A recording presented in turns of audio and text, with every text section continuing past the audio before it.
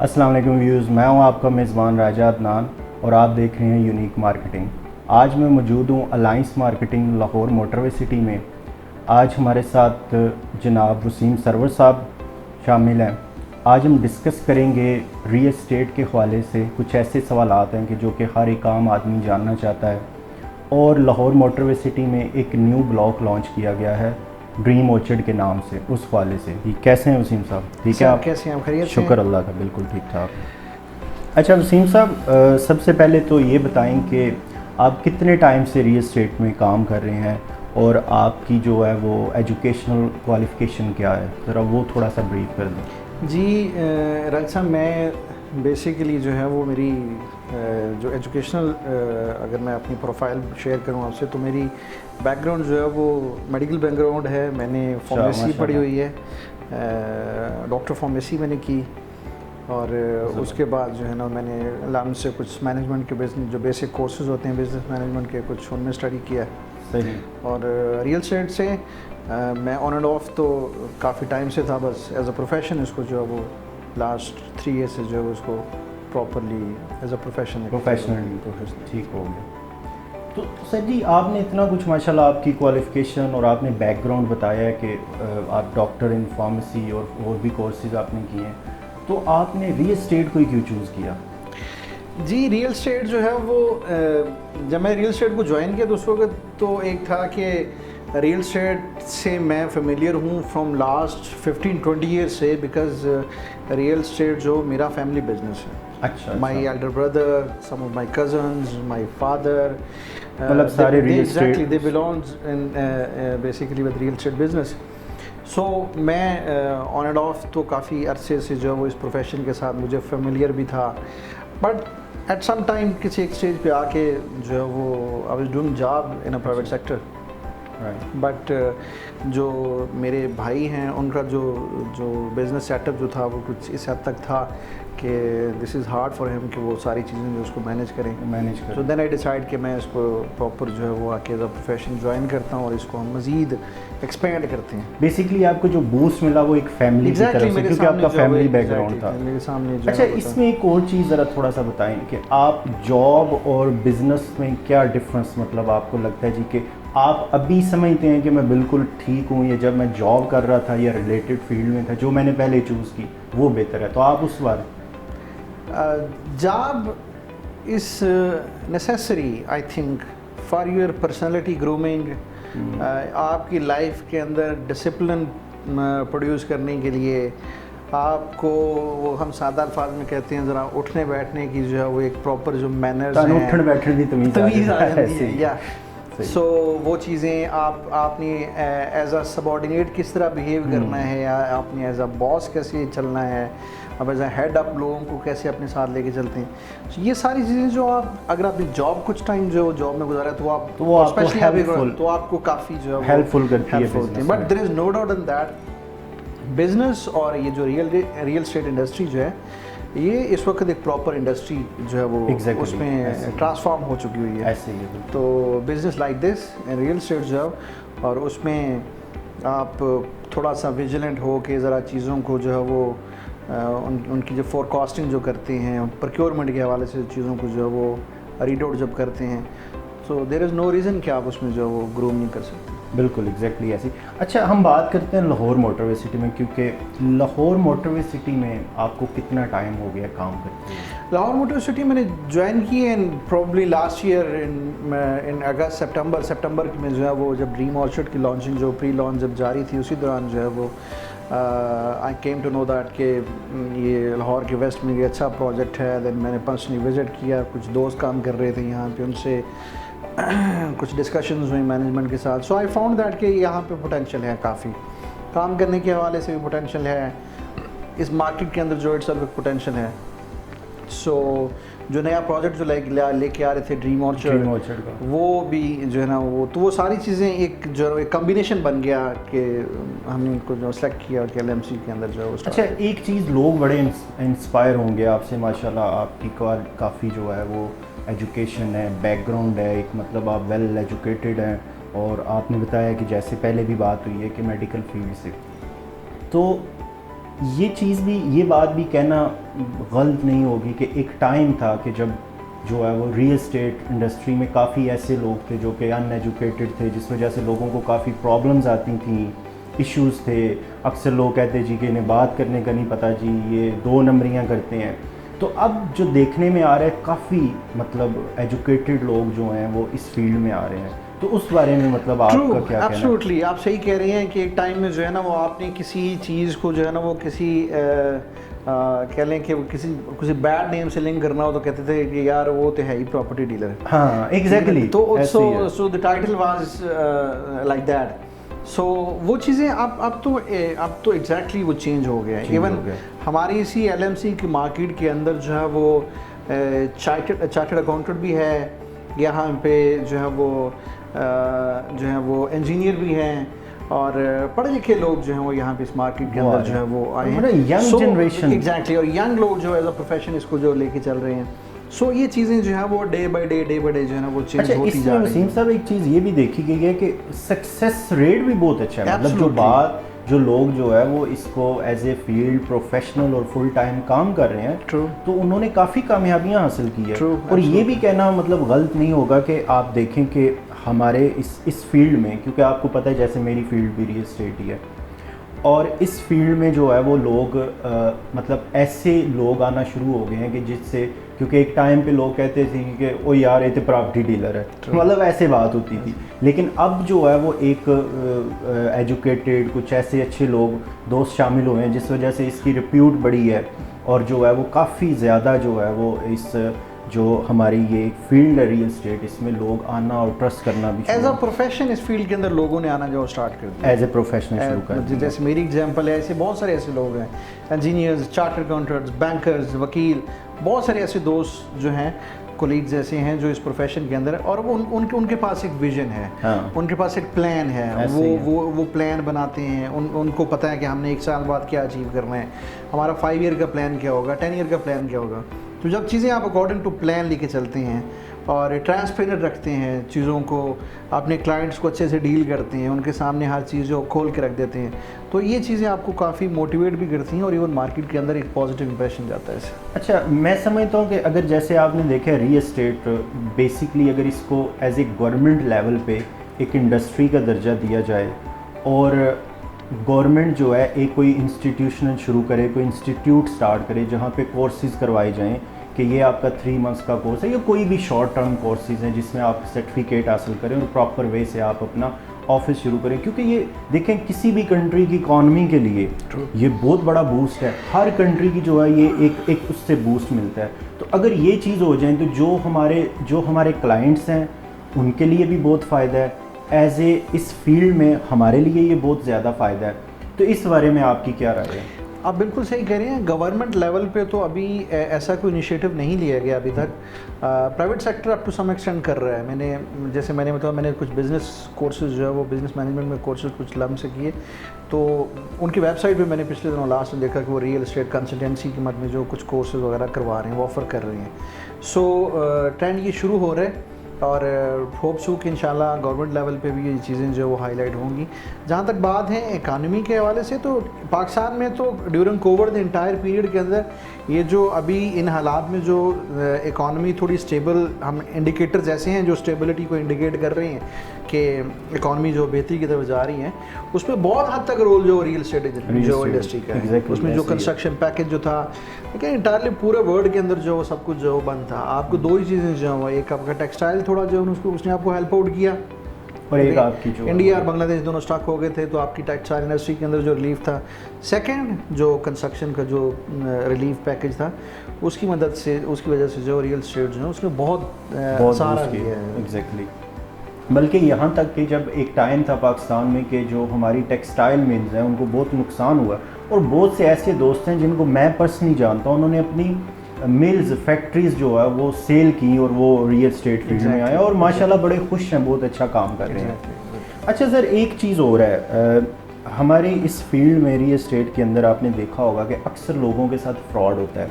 Clients है, कुछ investors आते हैं, मार्केट में आते हैं, वो अपनी इन्वेस्टमेंट लेके आते हैं और वो चाहते हैं कि ये हमारी जमा पूंजी है, किसी ठीक जगह पे लग जाए, हमें हमारा ये पैसा वेस्ट ना हो और हमें इसका एक अच्छा आउटकम मिल जाए। तो उन लोगों के साथ कुछ ऐसे लोग बैठे हुए हैं, कोई ऐसे माफियाज़ हैं जो कि उनके साथ फ्रॉड करते हैं, गलत बयानी करते हैं। वो हज़रात अपनी इन्वेस्टमेंट को कैसे सिक्योर करें और वो किस तरह ये कंफर्म करें जी कि हमारी इन्वेस्टमेंट इस वे से या यहाँ पे हम जाके करें तो ये सिक्योर है। वो क्या सोसाइटीज़ को चेक करें, क्या वो उनकी अप्रूवल चेक करें, या जिससे वो बाय करना चाह रहे हैं उसको वो देखें कि वो किस वे से उनको चेक करें। तो ये सारी चीज़ें जो हैं वो इसको किस तरह मैनेज किया जा सके। अदनान भाई, ये सवाल मुझसे अक्सर किया जाता है कि जब हम ड्रीम ऑर्चर्ड की भी सेल कर रहे थे और उस वो ड्यूरिंग एंटायर पीरियड में और इवन अभी भी ऐसे कि वो फाइल्स तो जी वो दो फाइलें जारी कर देते हैं, Exactly, देते नहीं हैं, प्लॉट नहीं देते, इधर करके उधर कर देते हैं, ये वो, जो कि रियलिटी है ऐसा होता है। हमारे सामने न्यूमरस एग्जाम्पल जैसी हैं जिनके लोगों के साथ ऐसा हुआ है, there is no doubt in that. But the thing is कि मैं अक्सर एग्जांपल कोड करता हूँ कि आप रोड पे निकलेंगे और आप किसी ट्रक के नीचे आ जाएंगे, इस डर के मारे आप रोड पे निकलना बंद नहीं कर सकते। Exactly, you have to trust someone, either on us either on someone else. So जो चीज़ें आप अपनी नज़र में एवेल्युएट कर सकते हैं उनको ज़रूर करें, ज़रूर करना चाहिए। बिल्कुल, आप सोसाइटीज़ की अप्रूवल देखें, बहुत आसान है, बहुत मतलब आप डिजिटल है, घर में बच्चों के पास भी जो इवन वो मोबाइल इजीली ऑपरेट कर सकते हैं। आप उनकी अप्रूवल की जो भी बॉडीज़ हैं, रिलेटेड बॉडीज़, जो आइदर वो TMA है, वो LDA है, वो जो भी बॉडी है उसकी अप्रूवल चेक करें, फिजिकली जाके जो उन चीज़ों को देख लें, आपको वो लेटर मिल जाता है। एक तो वेरीफाई करें लैंड की अवेलेबिलिटी को किस तरह इंश्योर कर लें, जो हम चीज़ प्रोक्योर करने जा रहे हैं इसके वाकई जो ये चीज़ें एग्जिस्ट करती हैं और जिसके अगेंस्ट हम अमाउंट दे रहे हैं क्या ये वाकई जो एग्जिस्ट कर रही है, ये रियल है, और उसको क्रॉस चेक कर लिया जाए हेड ऑफिस से। ट्रू। बाकी जहाँ तक बात रहेगी कि किस बंदे के पास हैं, तो वो LMC में तो हम बैठे हैं, हमारे पास ऐसे ही है। अच्छा वसीम साहब, अक्सर लोगों को कंडीशनल और कंफर्म टोकन के बारे में पता नहीं होता। कुछ जो है वो बाहर आते हैं और वो टोकन पे करते हैं किसी भी स्टेट एजेंट को और कहते हैं जी कि ये टोकन है इस प्लॉट के अगेंस्ट। तो समटाइम्स ऐसे होता है, आपने देखा होगा कि जो एजेंट है वो कहते हैं जी ये चीज़ सेल हो गई है तो आप अपना टोकन वापस कर लें या कोई और प्लॉट चूज़ कर लें, जबकि बायर जो है वो उसे वो लोकेशन या वो प्लॉट बहुत पसंद होता है। और समटाइम ऐसे भी हुआ है कि बायर जो है वो टोकन पे करके कहता है जी कि मेरा माइंड चेंज हो गया, लिहाजा मैं ये बाय नहीं करना चाहता, या मुझे कुछ और ले दें या मेरा टोकन वापस कर दें। तो इस चीज़ को जैसे कि हमें पता है कि सिक्योर करने के लिए कंडीशनल और कंफर्म टोकन होते हैं, तो आप ज़रा बताएंगे कि कंडीशनल और कंफर्म टोकन में क्या फ़र्क है और इसको करने के लिए किन चीज़ों का ख्याल रखना चाहिए? बहुत आसान है जी। कंडीशनल टोकन का मतलब है yet to confirm on both sides, ठीक है, seller and from on buyer side, दोनों साइड्स पे। अभी वो नेगोशिएशन के प्रोसेस में होता है, ऐसे वो प्राइस पे कोई कन्फ्लिक्ट हो सकता है, इवन उस प्लॉट की या उस फाइल की कंफर्मेशन होने पे कोई जो प्रॉब्लम हो सकता है। तो रेट्स पे जो ना कोई उसमें दोनों जो म्यूचुअल दोनों पार्टीज जो हैं वो किसी एक पॉइंट पे जो है वो उनका कंसेंसस नहीं हो पाता। तो जो कंडीशनल टोकन होता है वो काबिल वापसी होता है, ठीक है, बायर के हवाले से भी और सेलर के पॉइंट ऑफ व्यू से। कंफर्म टोकन का मतलब है कि वो चीज़ 100% जो है वो कंफर्म है। अगर कोई शख्स जो है वो कंफर्म टोकन पे करके विड्रॉ कर रहा है कि मैं इसको नहीं लेना चाहता, इस डील को फर्दर परस्यू नहीं करना चाहता, तो उनका जो टोकन है वो जब्त होगा। ये दोनों साइड चाहे वो बायर है, जो टोकन जो है वो जो ले रहा है कंफर्म टोकन और उसके बाद जो है वो चीज़ें उनसे मेक श्योर नहीं हो पाती, तो उनको जो है वो टोकन के साथ टोकन जो है वो वापस देना पड़ेगा। मतलब अगर जो सेलर है वो अगर उसको कहा जाता है जी कि हम प्लॉट से विड्रॉ कर रहे हैं जी, तो उसका टोकन वेस्ट हो जाएगा। एग्जैक्टली। और अगर सेलर कहता है जी कि मैं आपको कंफर्म टोकन आपका हो गया, अब आपका माइंड जो मैं प्लॉट नहीं ये आपको दे सकता, तो उसमें सेलर ने एक टोकन के साथ, यानी कि जो अमाउंट उसने बायर ने दी है और जो सेलर ने वसूल की हुई है उस अमाउंट के साथ उतनी और अमाउंट जो है वो बायर को देगा। ठीक है जी, ये पॉइंट आ गया। अच्छा, इसमें एक चीज़ और बताएं, जो बयाना है कि बयाने के हवाले से जब हम बयाना करते हैं किसी के साथ एक तो प्रोसेस है टोकन का कि आप चीज़ कंफर्म कर दी है, फिर आपने या तो बयाने में जाना है या जो आपकी टोटल डाउन पेमेंट है उसकी तरफ जाना है। तो लेट्स सपोज अगर हम बयाने की तरफ जाते हैं, तो बयाने में जाने के लिए सबसे पहले हमने किन चीज़ों का ख्याल रखना है और उसमें कौन सा स्टाम्प लगाना चाहिए और क्या क्या प्रोसेस हैं जिनको हमने मेक श्योर करना है ताकि हमारा बयाना सिक्योर रहे और ऑन टाइम जो चीज़ हमें जो है वो मिल सके। एक तो ये है कि अगर तो पेमेंट की ड्यूरेशन जो होती है वो शॉर्ट टर्म हो तो बयाना यूजुअली उसकी ज़रूरत नहीं पड़ती। ठीक है, आप टोकन पे उसकी हैंडसम अमाउंट आप टोकन पे रिसीविंग ले लेते हैं या दे देते हैं, तो उसके बाद आप डायरेक्ट पेमेंट अगर विद इन 8 to 10 डेज जो है ना वो है तो आप 2 वीक्स तक तो आप उसको कंटिन्यू कर सकते हैं। बयाने की सूरत में उसका प्रोसीजर जो वो बड़ी सिंपल कि आप बैंक ऑफ पंजाब से आप 1200 रुपीज़ वाला जो है वो स्टाम्प लेते हैं, उसकी बाकायदा इशंस होती है, इंदराज होता है गवर्नमेंट के अंदर, उसका रिकॉर्ड होता है, वो लेके उसको फिर आप ड्राफ्ट करवाते हैं। जब आप ड्राफ्ट करते हैं तो उसमें जो तमाम चीज़ें उस प्लॉट से मुतल्लिक है उसकी डिटेल जो है वो पूरी तरह उसके अंदर ज़रूर होनी चाहिए। लाइक प्लॉट का नंबर, टोटल एग्रीड प्राइस, जो आप एडवांस की मद में जो अमाउंट दे रहे हैं वो अमाउंट, रिमेनिंग अमाउंट जो बाकी जो रह गई है उसकी डेट, वो तमाम चीज़ें जो हैं उसके अंदर डिटेल से जो मैं उसका ईच एंड एवरी स्टेप जो है उसकी बैंक के अंदर जो आपको इन्वॉल्व हैं वो सारी तमाम चीज़ें उसके अंदर जो है वो इनकॉर्पोरेट होनी चाहिए अच्छी तरह, कोई चीज़ उसमें कोई मिसिंग ना हो।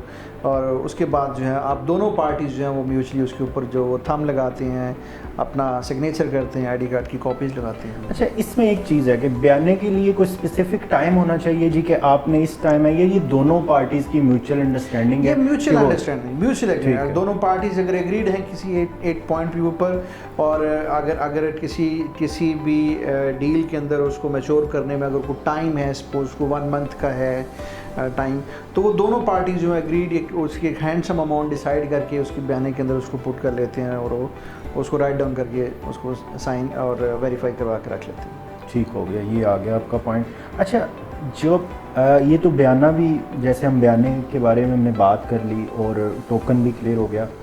प्लॉट ख़रीदते वक्त लेट्स से आप इन सारे प्रोसेस से गुजर रहे हैं या बिफोर इन चीज़ों से, प्लॉट ख़रीदते वक्त हमने कौन से ऐसे स्पेसिफ़िक डॉक्यूमेंटेशंस हैं वो हमने देखने हैं, हमने फ़ाइल चेक करनी है, और अगर हमें फ़ाइल चेक वो करवा देते हैं जो प्लॉट वो सेल कर रहे हैं, उस फाइल को क्या हमने जो रिलेटेड इदारा है, वो सोसाइटी है, वो कोई बायर प्लॉट है, तो वो हमने रिलेटेड हेड ऑफिस से भी क्रॉस चेक करना है कि या कि हम सिर्फ हम क्लाइंट को कहें जी कि ये इसके ओरिजिनल डॉक्यूमेंटेशन आ गए, ये प्लॉट नंबर है, सोसाइटी का नाम लगा है, डॉक्यूमेंटेशन पूरे हैं, तो अब हम इसके साथ बयाना कर लें? It depends, it varies from case to case. ठीक है, कुछ लोग हैं जो आपके साथ यूज्ड टू हैं, जो आपके साथ सालों से काम कर रहे हैं, they trust on you, they trust on what you are saying, जो आप जो उनसे चीज़ शेयर कर रहे हैं उसके वर्थ का उन्हें अंदाज़ा है, तो फिर तो ऐसे वो इतनी ज़रूरत फील नहीं करते कि वो सोसाइटी जाएं और वो जाके चेक करें। लेकिन जो भी प्लॉट आप बाई कर रहे हैं आप उसके डॉक्यूमेंट्स देखें, उसकी जो वो डिटेल सारी जो है वो फाइल की मौजूद होती है, उसका LMC नंबर है, इस प्रोग्राम में लॉ मोटर सिटी की बात करते हैं, प्लॉट नंबर है, उसका एलोकेशन का लेटर है, वो सारी चीज़ें हैं। और आप सोसाइटी के अंदर जो है वो उसके कंसर्न पर्सनल जो है वो बैठे हुए हैं, अब वो डॉक्यूमेंट्स लेके जाएं और जाके सोसाइटी में वहाँ पे चेक करें कि ये प्लॉट मैं बाय करना चाह रहा हूँ। अपार्ट फ्रॉम प्राइस की डिस्कस करने की ज़रूरत नहीं है, वो आपका और क्लाइंट का और आपका जो एजेंट है उनका एक म्यूचुअल एग्रीड पॉइंट होगा, लेकिन उन डॉक्यूमेंट्स की अथेंटिसिटी को वेरीफाई करने के लिए आप सोसाइटी से उसको ज़रूर चेक किया जाए।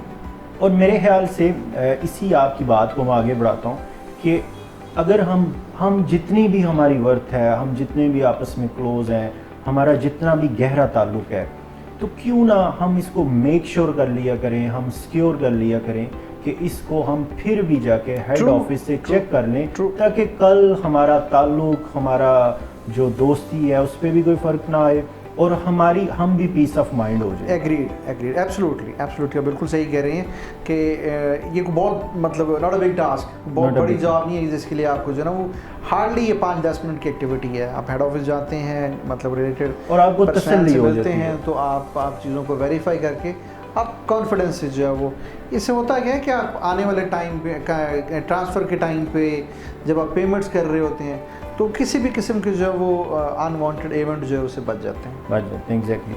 अच्छा, अब हम बात करेंगे कि जो लाहौर मोटरवे सिटी ने एक नया ब्लॉक लॉन्च किया है ड्रीम ऑर्चिड के नाम से, जिसमें जैसे आपको पता है पहले रेजिडेंशियल प्लॉट आए और अब उन्होंने 2 मरला और 4 मरला कमर्शियल की कैटेगरीज में जो है वो न्यू डील लेके आए हैं। तो उस हवाले से आप क्या कहेंगे, उसका फ्यूचर क्या है, और उसको अगर इन्वेस्टमेंट करना चाहे कोई तो वो कितने सिक्योर है, और ये इनकी जो प्राइजेस के हवाले से आपका क्या ख्याल है कि इनकी प्राइजेस मुनासिब हैं, ज़्यादा है? और एक लाहौर मोटरवे सिटी की एक प्रीवियस अगर हिस्ट्री देखी जाए तो उन्होंने पोजेशंस भी दिए हैं, रोड्स बनी हैं, जैसे लोग रह रहे हैं, बिल्डिंग्स बन रही हैं, रिहाइशें हैं। तो इन सारे पॉइंट्स को देखते हुए आपका क्या ख्याल है कि ड्रीम ऑर्चिड जो है वो कितना सिक्योर है, और वहाँ पे हमारी इन्वेस्टमेंट में मज़ीद इजाफे के कितने चांसेस है? तो इस बारे में ज़रा अपना। अदनान भाई, ड्रीम ऑर्चर्ड जो है, जो इसका जब सारा प्लान जब आया और जब इसकी सेल स्टार्ट हुई तो हम भी ज़ाहिर है कुछ टारगेट के साथ जो वो यहाँ पे इसको स्टार्ट किया, बट बिलीव मी कि इसका रिस्पॉन्स जो है वो बियॉन्ड द लिमिट है।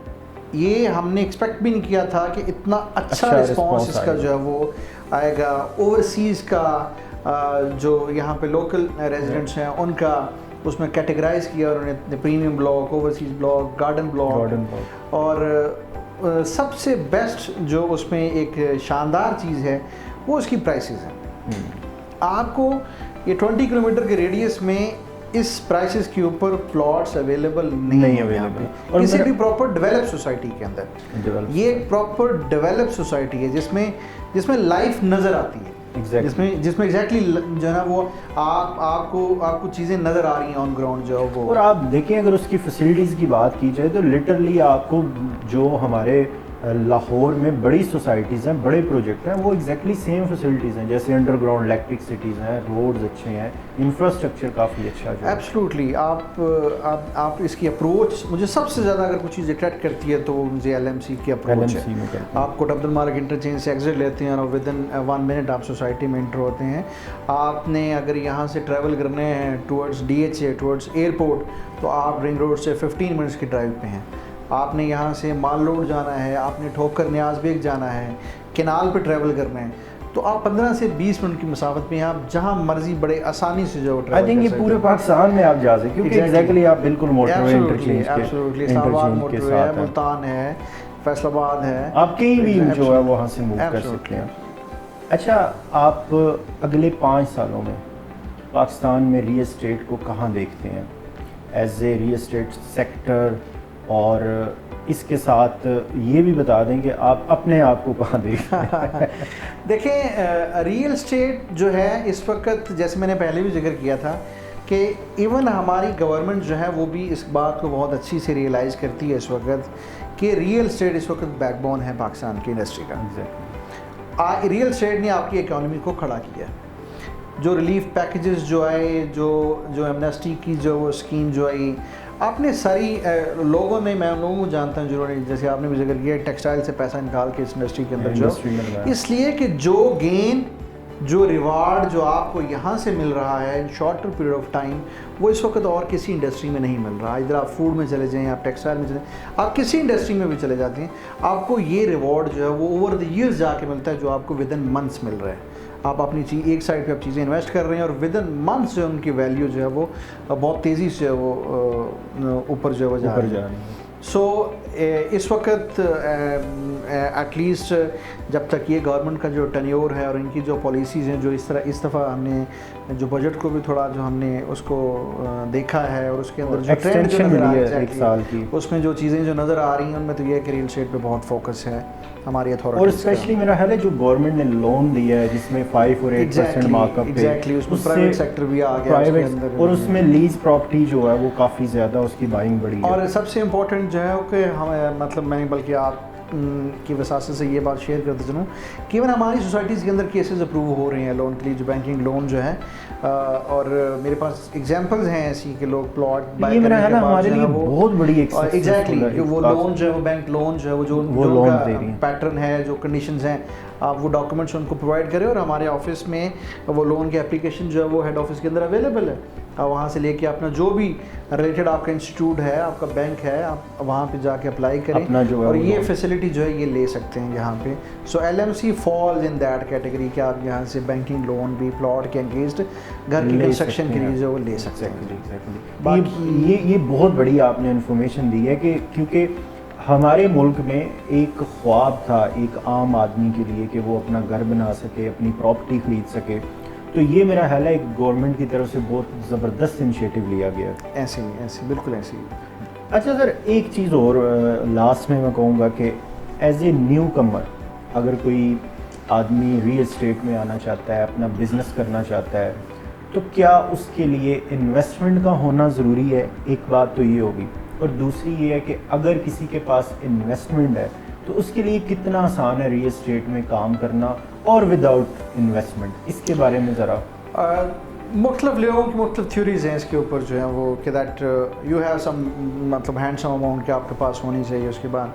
बट आई बिलीव कि if you are a good trader, आप चीज़ें जो हैं कम्युनिकेशन स्किल्स आपकी अच्छी हैं, आपके पास ज़रूरी नहीं है कि बहुत बड़ा सरमाया होना चाहिए आपको इस मार्केट में आने के लिए या इस प्रोफेशन में आने के लिए जो है ना, आप चीज़ों को रोटेट कर सकते हैं। आपने ट्रेडिंग करनी है, आप मार्केट के अंदर चीज़ें अवेलेबल मतलब आप होती हैं, इसको ज़ीरो से भी स्टार्ट कर सकते हैं। बिल्कुल ज़ीरो से स्टार्ट कर सकते हैं। आपके पास अवेलेबिलिटी भी होगा, आपने बायर जनरेट करने हैं, अपनी एडवर्टाइजमेंट से करने हैं, अपने जो भी आपके चैनल्स यूज़ करने हैं, अपनी कम्युनिकेशन से करने हैं और अपना ट्रस्ट डेवलप करके आप absolutely without an a single digit आप इस प्रोफेशन के अंदर आ सकते हैं। और बहुत सारी एग्जांपल्स ऐसी हैं हमारी सोसाइटीज़ के अंदर जो लोग जो है वो विदाउट एनी कैपिटल इस प्रोफेशन के अंदर आए, उन्होंने बहुत कुछ अर्न किया। सो इसके लिए कोई ये प्री रेक्विजिट नहीं है कि आपके पास जो बहुत सरमाया होना चाहिए इस प्रोफेशन के अंदर आने के लिए। एग्जैक्टली 2021 आप इसको पाकिस्तान का जो है वो रियल स्टेट साल कहेंगे? No doubt in that, absolutely. Real estate जो है 2021-22 ये बहुत फ्लरिश होगा अभी, और पर्टिकुलरली अब से ऑनवर्ड जो है, और प्राइसेस भी इसमें आगे बहुत प्राइसेस भी जो है वो बहुत ज़्यादा इंक्रीज। आप समझते हैं कि ये राइट टाइम है कि इन्वेस्टमेंट करने का? Right time to invest, right time to buy anything. And वो बहुत मशहूर जो है वो कोटेशन है, the best investment on earth is to buy earth. So ये बेहतरीन टाइम है चीज़ों को बाय करने का, जो है the things will get you पे बैक इंशाल्लाह। एग्जैक्टली। अच्छा वसीम साहब, बहुत शुक्रिया, थैंक यू सो मच, आपने अपनी इतनी मसरूफियात में हमारे लिए टाइम निकाला जनाब। अच्छा जी, उम्मीद करता हूँ कि आपको हमारी ये आज की डिस्कशन बहुत पसंद आई होगी। आज हमने कुछ रियल एस्टेट के कुछ ऐसे फैक्ट्स थे जो कि आम लोगों को नहीं पता, जैसे कि टोकन के हवाले से, बयाने के हवाले से, और जितनी भी बेस्ट हम इंफॉर्मेशन आप तक पहुँचाना चाहते थे वो आज हमने आपसे पहुँचाई। तो इंशाल्लाह ताला आगे भी आपसे मज़ीद वीडियोज़ जो है वो शेयर करते रहेंगे। तो आप हमारे चैनल को सब्सक्राइब भी करिए, लाइक्स भी करिए और शेयर भी करिए। Stay blessed, thank you very much, अल्लाह हाफिज़।